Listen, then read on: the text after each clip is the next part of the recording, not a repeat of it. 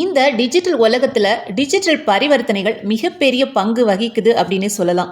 ஆனால் என்னதான் டிஜிட்டல் உலகத்தில் நம்ம வாழ்ந்துட்டு இருந்தாலும் ஒரு இந்தியரால் கையில் கொஞ்சம் காகித பணமோ நாணயங்களோ இல்லாமல் இருந்தால் கண்டிப்பாக நிம்மதியாக இருக்க முடியாது. ஆனால் உலகத்தில் ஒரு நாடு முதல் பணமில்லாத நாடாக மாறியிருக்கு.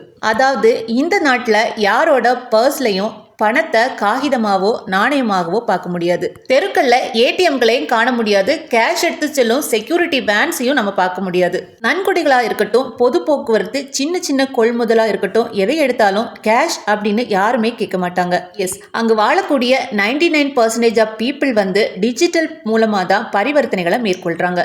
அந்த நாடு எது அப்படின்னு கேட்டீங்கன்னா அதுதான் ஸ்வீடன். இதற்கு மிக முக்கிய காரணம் அந்த மக்களோட மைண்ட் செட் மாறியதும் தொழில்நுட்பம் வேகமாக பரவியதும் தான் காரணம் அப்படின்னு சொல்றாங்க. இந்த கேஷ்லெஸ் ரெவல்யூஷன் மூலமா அங்க மோசடிகளும் கொள்ளைகளும் குறைவாக நடக்குது அப்படின்னு சொல்றாங்க. வர்த்தகமும் மிக வேகமா நடந்துட்டு இருக்கான். ஸ்வீடனுக்கு அடுத்தபடியா பின்லாந்து, தென்கொரியா, நார்வே போன்ற நாடுகள் டிஜிட்டல் பண பரிவர்த்தனையை மேற்கொண்டுட்டு வராங்க.